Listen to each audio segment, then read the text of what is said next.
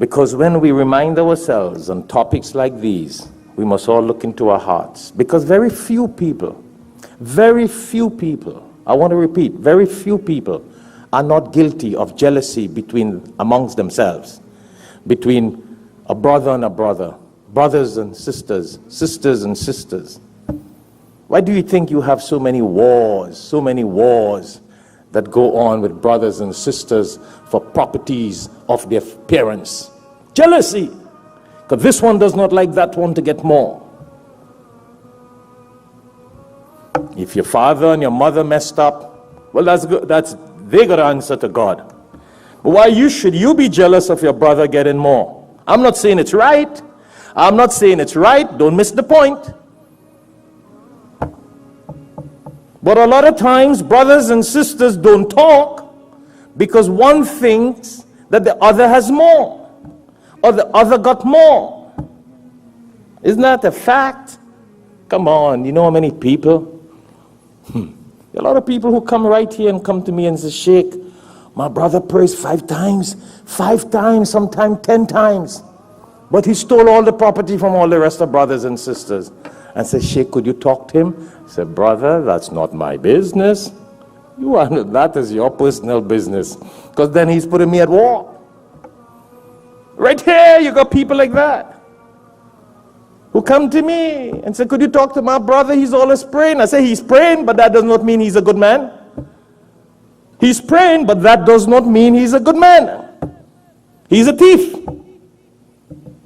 But don't get me involved in that corruption.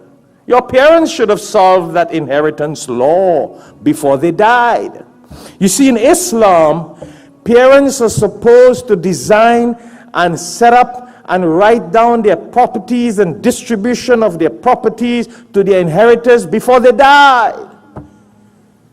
So that when they die, the brothers don't steal it from the sisters, and the sisters don't team up and steal it from the brothers, and then you go to the imam and sheikh and say, could you clean up that mess? No, those imams who do that, then you make enemy, unless you get a cut on the side. Do you know many families call me and say, my brothers and sisters robbed us? And they come to your place and they're part of your congregation. I say, they're part of the congregation, but they're not part of me. They're not my students. I didn't teach them. They don't learn from me. They just come in attendance. And don't feel bad. That's the facts. Because I'm not going to take the rap for anybody. That's why we should use and benefit from the message of the Quran as a reminder. And that's why I wanted to rub that in, because some of us may think, oh yeah, that's Cain and Abel's story. That's Joseph and his brother's story. Well, we got a worse story than that.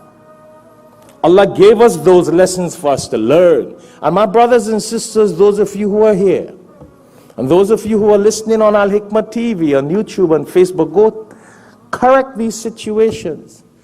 And don't let that be part of you. Don't make a war over this jealousy. Very, very dangerous disease. And a lot of times it's out of jealousy.